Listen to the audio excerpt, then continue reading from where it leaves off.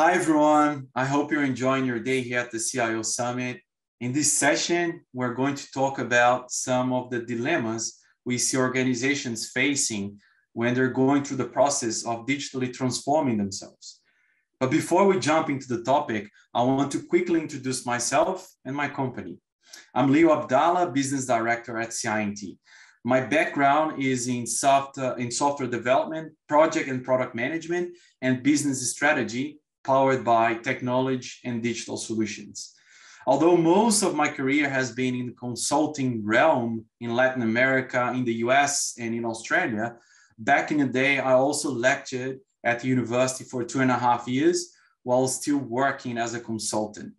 In 2014, 2015, I also co-founded and was CTO of a startup in the health and fitness line of business.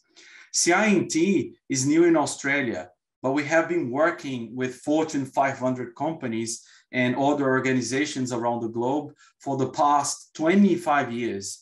Our headquarters is in Brazil, but we have a strong presence in the US, in Europe, and Asia Pacific. Our offices and operations in China and Japan in the Asia Pacific region were established more than 10 years ago. We are engineers and we are technology agnostic, which means we work with potentially any stack or platform. We combine strategy consulting and professional services covering 6 pillars of offerings, ranging from digital strategy, design and customer experience, product development, data, all the way to agile delivery. It's very nice to meet you, and let's get started. So when we talk about transformation, we all know digital transformation or acceleration even is now a crucial component of business strategy. It's no longer an isolated initiative, and it's not just about adopting emerging technologies or an agile framework. Being assertive in the execution is crucial for unlocking growth and profitability.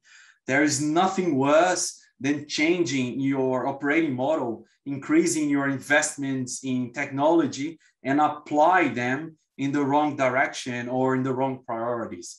Decision-making supported by data is obviously essential for drawing the right choices, but understanding the role of culture, governance, and customer relationship are also super important. So to be able to transform, to accelerate, companies have to stop seeking the perfect anticipation of scenarios and instead start developing knowledge and skills that will enable them to adapt rapidly. Stop thinking of core business as choosing a sector or industry to compete, and instead start thinking of it much more about producing a series of wins in arenas. And also stop having their strategy being pushed one way down from the decision makers to the rest of the organization. It's much more about co-creating the strategy with people that are working in the front line, close to the customers and end users. So what about the dilemmas? So switching to the dilemmas, when we think about them, one could argue they are more present in the incumbents, but digital natives can certainly be challenged by some of these dilemmas as well. And that's why when we're choosing the title for this session, that's why we decided not to add specifically the word digital and just leave it as transformation. Digital natives are also transforming themselves as part of their process of growing, and they can be affected by some of these dilemmas for sure. So the first dilemma, scaling versus preserving the one-on-one relationship with your customers. So should I specialize and personalize my product or services to my customers, make them tailor-made? Or should I aim for economy of scale strategy, delivering more of the same to everyone? Either way, a decision needs to be made. The second one, routine versus disruption. How to balance the use of my resources between what we call the brilliant basics and exploring new areas. Customers can surely benefit from both. The brilliant basics, they grant predictability, and it can be easier to ensure a level of service when delivering them, simply because that's something it's something you're already delivering. You know what you're going to deliver. However, the future of the company is connected to innovation, and it's connected to the exploration of new territories. Number 3, short-term versus long-term.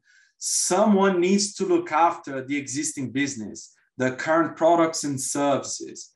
On the other hand, someone else must think about new offerings and opportunities for the future. It is super important to understand and balance priorities, deliveries required in the short term against others to be developed in the long term. So those are the 3 dilemmas we have mapped. So what to do about it? How can we navigate those dilemmas? Well, the thing is, there is no silver bullet, and there is no one-size-fits-all recipe. However, at the end of the day, when choosing to prioritize one option or the other for each one of those dilemmas, having an assertive execution makes a huge, huge difference. And there are 3 drivers that can certainly help organizations better execute and minimize the impact of adjusting the course if they need to recover from a wrong choice that has been made.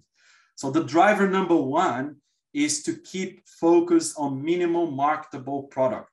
For any project that is part of your transformation efforts or any initiative, doesn't matter. Structure your plans with a product mindset. And the reason I chose MMP rather than MVP, minimal viable product, it's for reinforcing, that was on purpose, it's for reinforcing even more the focus on outcomes more than outputs. MVP is a product or service that works with minimal functionality. This is what you build to prove to yourself or your area that it works. But then you continue to build on top of the MVP until you have something you feel happy, you feel it's ready to be shared, to be released with your target audience. Whoever is going to use the new product or service, and that's the MMP. The goal is to maintain the gap between your MVP and the MMP as short as possible to increase the speed of your feedback loops. Driver number 2, do not ignore scalability. Even if you do a good job working with pilots and you're able to generate learnings from them, this is not good enough. It's important to balance resources and effort between creating the pilots and thinking about their scalability. Promising initiatives can be left behind when they start to compete with day-to-day work. Leadership will stop paying attention to those initiatives and they will fade into the limbo. It's important not only to give attention to those pilots when they're actually in the pilot phase, but also wait until they have successfully been scaled up. Driver number 3, leverage the energy from leadership.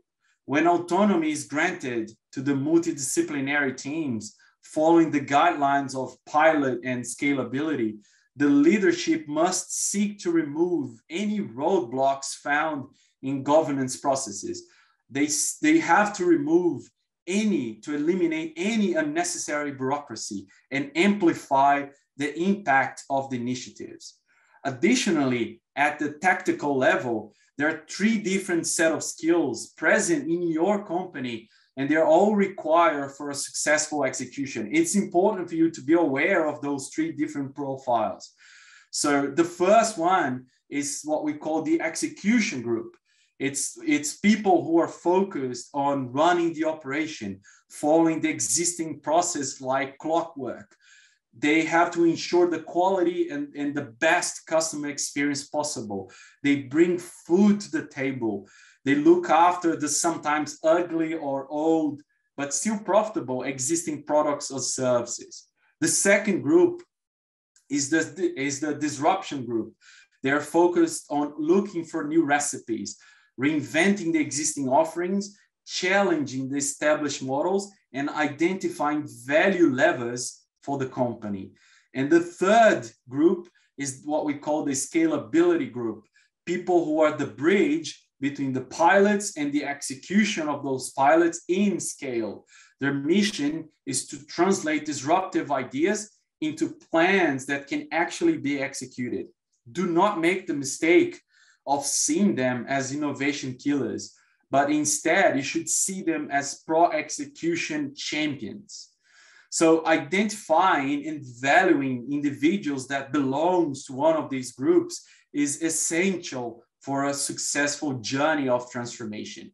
Growth and profitability as part of transformation are the direct results of the combined work of these various profiles. The quicker and effective the collaboration and decision-making among these groups, the more adaptable and agile the organization will be.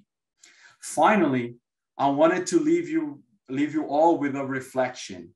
So when disruption is being caused by external forces, similar to what the world has been experiencing at the moment, the existing structures of the organizations, their modus operandi, becomes less tight.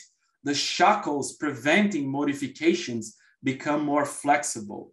It can be less difficult to initiate or accelerate transformation efforts. That's the silver lining. Do not miss the opportunity, as it can mean the difference between surviving the change or even thriving on it or disappearing. Last but not least, do not miss the opportunity, but do not try to boil the ocean. Cupcakes first, cake along the way. As much as possible, try to break your transformation plan down into bite-sized pieces, smaller yet complete ideas. Aim for cupcakes. They have the appeal of a complete cake, the icing, the filling, all of it, but with lower production costs and reduced baking time. Collecting the hands-on experience of baking the first cupcake and then allowing people to taste it and tell you if they like it gives you the opportunity of making the next cupcake better, tastier than the previous one. People do not feel hungry. You can improve your recipe along the way, and eventually you have your cake made of cupcakes. That's it. I hope you enjoyed the session. Please reach out if you want to know more. And I would also love to receive your feedback. Thank you again. Bye.